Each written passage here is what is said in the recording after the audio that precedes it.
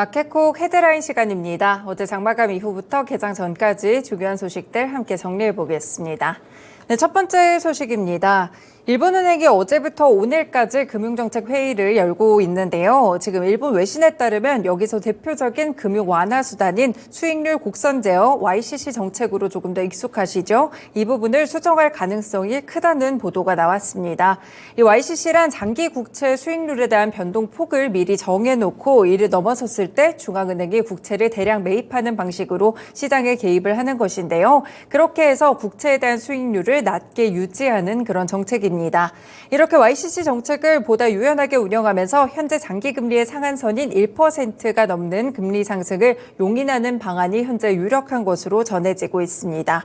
일본은행은 지난 1년 동안 두 차례에 걸쳐서 YCC 정책을 수정하는 등 사실상 기준금리를 1%포인트 정도 인상을 했었지만 정책 기조 자체는 여전히 초금융 완화 정책을 유지하고 있는데요. 엔화 약세가 계속 이어지고 일본 국채 10년물 금리가 0.9%까지 근접하게 되자 YCC 정책에 대한 수정안 방안을 다시 한번 논의하는 것으로 보입니다. 오늘 발표까지 추가적으로 주목해 보시면 좋을 것 같네요. 네, 두 번째 소식입니다. 삼성전자가 오늘 오전에 3분기 확정 실적을 발표합니다. 앞서서 영업이익이 2조 4천억 원 정도였다는 잠정 실적을 공개했는데 올해 들어서 첫 조단위 영업이익이 나왔던 만큼 향후 실적에 대한 기대감이 높아지고 있는데요. 일단 오늘 3분기 확정 실적이 나오면 사업 부문별로 세부 실적들도 함께 공개가 됩니다. 일단 반도체 부문을 가장 포인트로 보셔야겠죠. 현재 모든 부문에서 실적이 고르게 선방했다는 평가가 나오고 있는데요. 증권가에서는 반도체 쪽도 실적 개선이 완만하게 진행되면서 반도체 부문에서만 3조 7천억 원의 적자를 기록할 것으로 예측되고 있습니다. 세부적으로 D램이 3천억 원, 낸드가 2조 8천억 원, LSI나 파운드리 5천억 원 정도의 적자를 기록한 것으로 추정하고 있는데요. 이와 다르게 또 업계에서는 갤럭시 Z 플립 5나 폴드 5 같이 신형 스마트폰이 잘 팔리면서 삼성 디스플레이의 고객사 신제품 호재에 힘입어 이 모바일 쪽은 선방했다는 평가도 함께 나오고 있습니다. 그래서 삼성 디스플레이가 2조 원이 훌쩍 넘는 영업이익을 냈을 수도 있다라는 분석들도 나오고 있는데요. 오늘 오전에 발표될 삼성전자의 확정 실적과 더불어서 주가 흐름까지 함께 연결해 보시면 좋을 것 같습니다. 네, 다음 소식 보겠습니다. 일단 이스라엘 가자 지구의 지상 군사 작전이 본격화되고 있는 상황이고 조금 전에 모닝 브리핑에서도 전해드렸지만 네타냐후 총리가 아직까지도 일단 전쟁에 대해서 물러날 계획은 전혀 없어 보이는데요. 이 때문에 금값이 들썩이고 있습니다. 현지 시간으로 30일 싱가포르 거래소에서 현물 기준으로 금값이 한때 온스당 2006.83달러 그러니까 2000달러를 넘어선 선에서 거래가 됐는데요. 지난 7일에 하마스의 이스라엘 공격 이후에 이날까지 상승폭이 9%가 넘습니다. 현물에 대한 금값이 이렇게 또 2000달러를 넘긴 것도 지난 5월 이후 처음이라고 살펴보실 수 있을 것 같은데요. 안전자산 선호 심리가 좀 강해지고 있는 것으로 분석되고 있습니다. 하지만 그럼에도 유가는 좀 지지부진한 흐름을 기록하고 있는데요. 이 국제유가가 전쟁 초반에는 배럴당 100달러 이상, 150달러 이상 치솟을 것이라는 그런 전망들도 있었지만 간밤에 또 유가가 급락하면서 아직까지 전쟁에는 별다른 영향을 주고 있지 못한다는 점 체크해 보시면서 오늘은 금값과 관련된 종목들 확인해 보실 수 있겠습니다. 네, 금과 관련된 종목으로는 엘컴텍이나 IT센 이런 두 종목들이 대표적으로 움직이고 있는데요. 정규장에서도 흐름 함께 확인해 보시면 좋을 것 같습니다. 네, 네 번째는 단독 보도 소개해드립니다. 이 반도체 업계에 따르면 네이버가 최근에 네이버 플레이스 서비스의 AI 추론용 서버를 엔비디아 GPU 기반에서 인텔 CPU 기반으로 전환했다는 보도입니다. 이 플레이스 서비스는 사용자에게 네이버의 지도를 기반으로 지역 상점에 대한 정보를 제공하는 서비스인데요. 상점 이용자들이 입력한 정보를 실시간으로 수집하고 허위 정보와 유용한 정보들을 판별해 노출하는 데 AI 모델을 활용하고 있습니다. 사실상 GPU에서 이번에 CPU로 다시 한번 전환을 했다는 점이 눈에 띄고 있는데요. 보통 GPU 서버는 CPU 서버 대비 AI 추론 처리 능력이 10배 이상 뛰어난 것으로 알려지고 있습니다. 그래서 두 회사가 이번에 GPU의 CPU를 대체하기 위해서 기술 노하우를 총동원했다고 하는데요.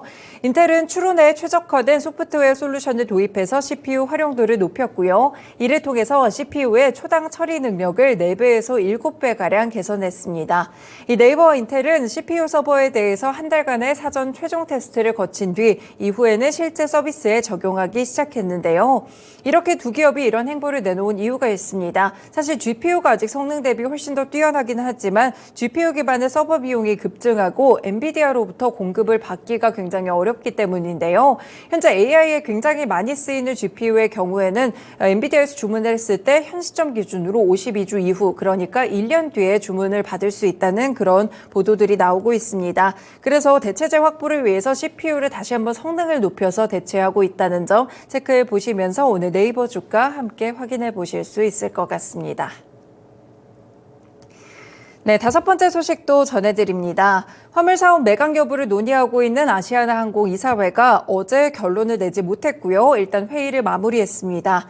어제 오후 2시 서울 도심 모처에서 이사회가 시작됐는데요. 어제 7시간 30분 동안 회의가 진행됐고, 그런데 오후 9시 30분에도 이 결론을 내지 않은 채 정회를 했습니다.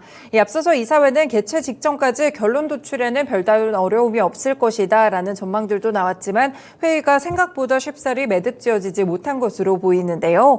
사회이사 일부가 화물 사업을 매각했을 때 주주에 대한 배임 소지와 노조 반발을 우려해 매각에 반대했기 때문입니다.